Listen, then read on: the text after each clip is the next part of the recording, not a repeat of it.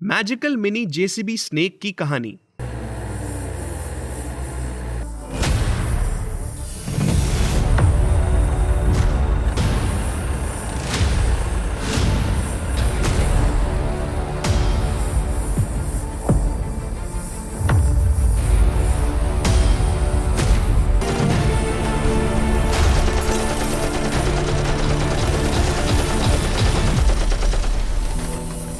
दामोदर नाम का एक जेसीबी वाला अपनी पत्नी और अपने बेटे के साथ रहता था।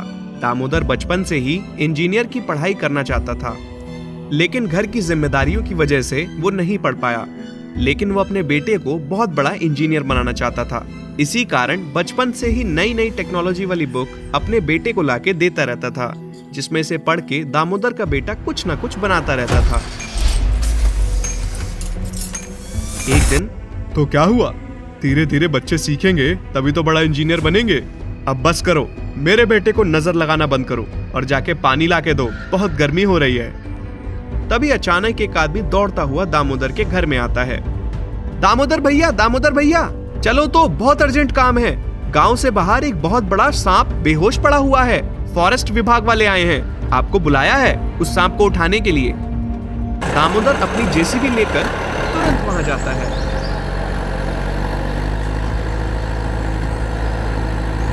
और देखता है कि वहां एक बहुत बड़ा सांप था। वहां पे फॉरेस्ट ऑफिसर दामोदर को बोलता है, आओ दामोदर आओ, जरा इस सांप को उठाने में मदद करो, देखो कितना भारी है। अरे बाप रे, इतना बड़ा सांप आखिर आया कहां से? ये तो हमको भी नहीं पता, लेकिन जल्दी से इसे ले जाना पड़ेगा, नहीं तो पता नहीं कितना नुकसान करेगा। साहब, इसको बेहोश किए हो ना? कहीं मैं उठा रहा हूं और इसको होश आ गया तो मुझे तो खा ही जाएगा। तुम चिंता मत करो, इसको हमने बेहोश कर दिया है। अब जल्दी से उसे उठाओ और उस ट्रक में लोड कर दो। दामोदर जैसे ही उस विशाल सांप को उठाने का प्रयास करता है, उसे होश आ जाता है।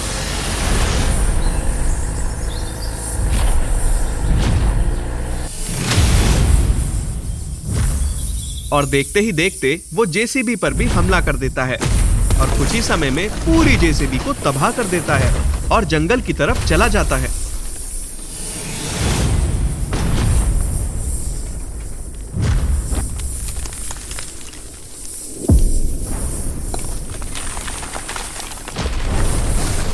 क्या साहब, आप लोगों ने तो बोला था कि इसको बेहोश कर दिया है, लेकिन देखो इसने होश में आके मेरी पूरी जेसीबी तबाह कर दी। अब मैं अपना घर कैसे चलाऊंगा? अरे तुम्हें जेसीबी की पड़ी है, अगर उस सांप को नहीं पकड़ा तो वो सबको मार डालेगा। ऐसा बोलकर फॉरेस्ट ऑफिसर जंगल की तरफ जाता है और दामोदर अपने घर जाकर बैठ जाता है। उसे देख दामोदर की पत्नी, अरे मैं वो सांप को पकड़ने गया था, वो इतना विशाल था कि कुछ ही समय में उसने मेरी पूरी जेसीबी को तबाह कर दिया। मैं तो मरते मरते बचा हूँ। उसकी बातों को दामोदर का बेटा सुनता रहता है। दूसरे दिन वो सांप जंगल में वापस आ जाता है और धीरे धीरे करके पूरे गांव को तबाह करता जाता है। सभी तरफ अफरा तफरी मच जाती है। सभी लोग डर के अपने अपने घरों में छिप जाते हैं। और फिर कुछ समय बाद वो सांप जंगल की तरफ वापस लौट जाता है। पता नहीं ये क्या हो रहा है, वो सांप कहां से आया है और इतनी तबाही मचा रहा है, और ये निकम्मी सरकार बैठी बैठी क्या कर रही है, भगवान जाने। तभी दामोदर के पास उसका बेटा आता है। पिताजी, आप ज्यादा चिंता मत कीजिए, क्या आप हमारी पुरानी जेसीबी के सभी पार्ट्स को जो टूट गए थे लेकर आ सकते हैं? लेकिन तुम इस सब चीजों से करोगे क्या? बस आप लेकर तो आइए, फिर देखिए मैं क्या करता हूँ। उधर दामोदर जैसे तैसे करके पुरानी जेसीबी के सभी पार्ट्स को ले आता है। फिर उसका बेटा सभी पुराने पार्ट्स मिलाकर एक मिनी जेसीबी में बदल देता है। पापा, देखो आपने जो इंजीनियरिंग की पुस्तक मुझे दी थी ना, उससे मैंने पढ़कर ये मिनी जेसीबी बनाई है। जिसे देखकर दामोदर बहुत खुश होता है और अपने बेटे को शाबाशी देता ही रहता है। तभी वो सांप उसके घर के पास आ जाता है और आसपास के घरों को तबाह करने लगता है। अरे ये सांप फिर से आ गया, पता नहीं अब क्या होगा। तभी दामोदर का बेटा अपनी मिनी जेसीबी लेकर वहां से निकल जाता है, जिसे देखकर दामोदर बहुत चिल्लाता है, बेटा रुको, तुम कहां जा रहे हो? तुम उस सांप का मुकाबला नहीं कर सकते। चिंटू दामोदर की आवाज नहीं सुनता और वो वहां से निकलकर तुरंत एक मंदिर के पास पहुंचता है और वहां पे जाके देवी माँ से प्रार्थना करने लगता है। मैं चिंटू हूँ, मैंने आज तक आपसे कुछ नहीं मांगा है, लेकिन देखो ये सांप मेरे गांव को बर्बाद कर रहा है और इसने मेरे पापा की भी इकलौती जेसीबी को बर्बाद कर दिया है। अब हम पर दया दिखाओ। यह सांप यहाँ से भाग नहीं रहा है, यह हमको मार डालेगा। फिर आपकी यहाँ सेवा कौन करेगा? आप इस गांव में अकेली हो जाओगी। चिंटू ऐसा बोलकर रोने लगता है।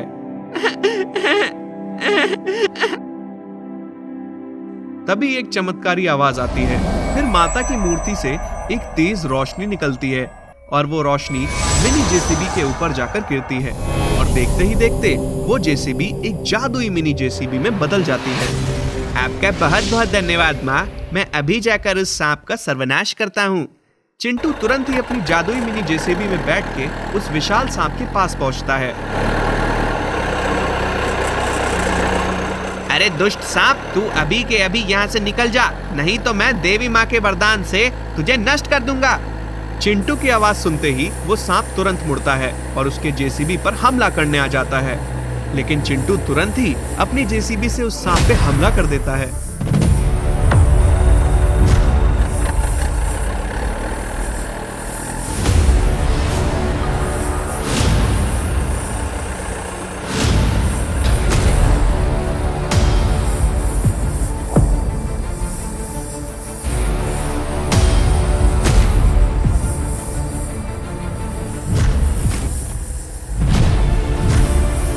चिंटू बहुत सारी आग और बिजली से विशाल सांप पर हमला कर देता है।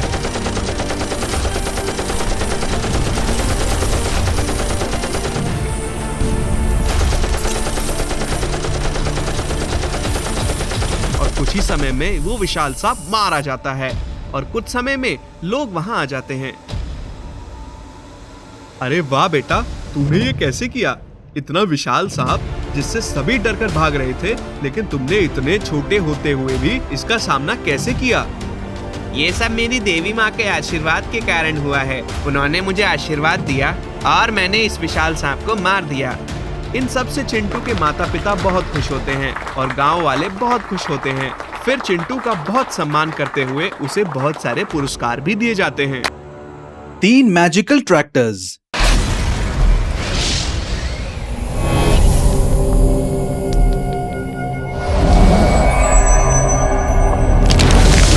कुछ समय पहले एक गांव में रामजी नाम का व्यक्ति रहता था। सारे गांव में उस अकेले के पास ही ट्रैक्टर था, इसीलिए वह अकेला ही सारे किसानों का माल मार्केट ले जाते रहता था।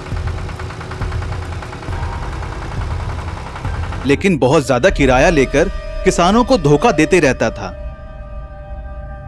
एक दिन रामजी के पास एक किसान रामू आता है।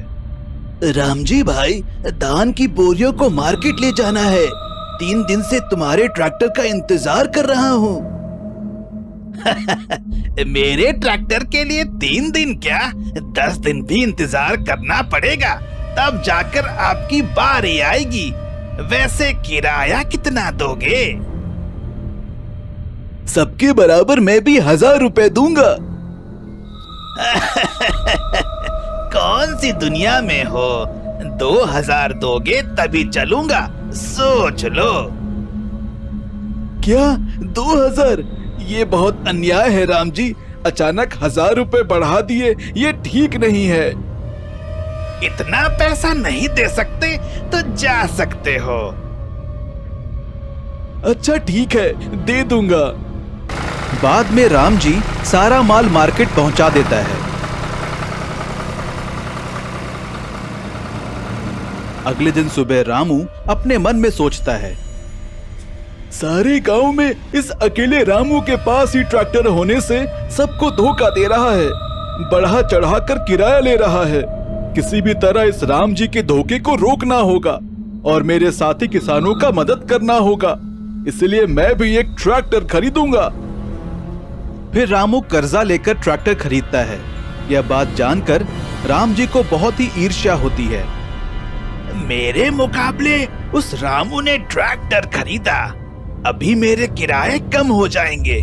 अब मैं पैसा कमा नहीं सकता, किसी भी तरह उसके ट्रैक्टर को कुछ ना कुछ करना ही होगा, तब तक चैन की नींद नहीं आएगी। फिर जाकर रामू के ट्रैक्टर को आग लगा देता है।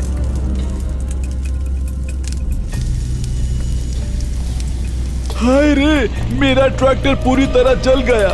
कर्जा लेकर ट्रैक्टर को खरीदा था, पता नहीं कैसे कर्जा चुकाऊंगा। कहकर चिंता करते रहता है। इतने में वहां राम जी आता है। अरे अरे रामू भाई, ये सब कुछ कैसे हुआ? नया ट्रैक्टर कैसे जल गया? पता नहीं राम जी भाई, कुछ भी समझ नहीं आ रहा है। कुछ समय के लिए बाहर गया था, वापस आकर देखा तो जला हुआ है। कभी कभी ऐसे हादसे हो जाते हैं, आप चिंता ना करें। आराम से खेती बाड़ी करते थे, यह ट्रैक्टर खरीदकर बहुत ही बड़ी गलती की, वो भी कर्जा लेकर। तुम्हारी स्थिति पर बहुत तरस आ रहा है।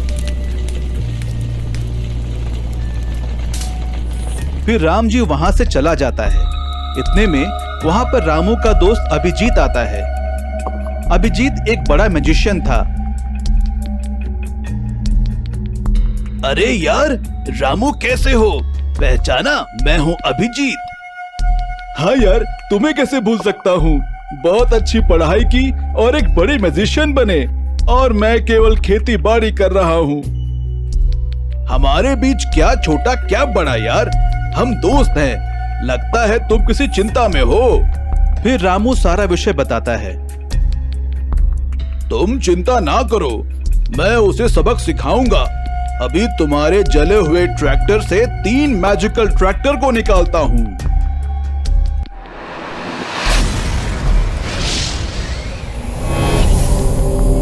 फिर अपने मैजिक से golden tractor, money tractor, diamond tractor को निकालता है। अरे अभिजीत, तुमने तो कमाल का जादू किया यार। 3 ट्रैक्टर आ गए। कैसा लगा मेरा जादू? एक ट्रैक्टर से सोना, दूसरे से डायमंड्स और तीसरे से पैसा निकलेगा। अब तुम आराम से रह सकते हो। अच्छा। हाँ यार, बिना ड्राइवर के ही चलेंगे। देखो, ये घूम फिरकर गांव के चौराहे पर आ जाएंगे। इतने में बिना ड्राइवर के तीनों ट्रैक्टर चलते हैं। फिर सारा गांव में घूमते रहते हैं। उन्हें देखकर सब लोग आश्चर्यचकित हो जाते हैं। फिर गांव के चौराहे पर आकर रुकते हैं। उनके पास रामू और अभिजीत पहुंचते हैं। आइए भाई आइए, आपका पुराना ट्रैक्टर दीजिए और ये तीनों नए ट्रैक्टर ले जाइए। ये कोई साधारण ट्रैक्टर्स नहीं है, ये बिना ड्राइवर के चलने वाले मैजिकल ट्रैक्टर्स हैं। देर मत करिए। इतने में वहां राम जी आता है।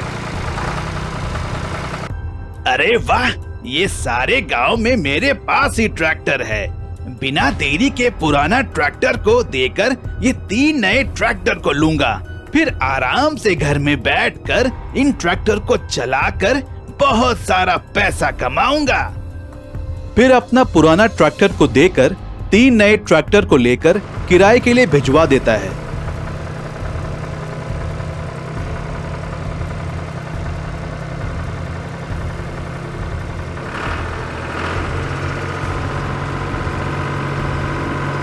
लेकिन वह ट्रैक्टर सारा सामान कुएं में फेंक कर गायब हो जाते हैं।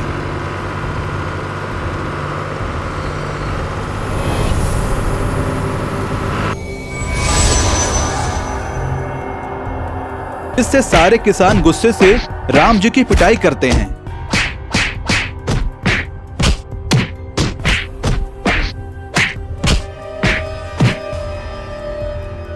फिर किसानों के नुकसान के लिए राम जी पैसा देता है।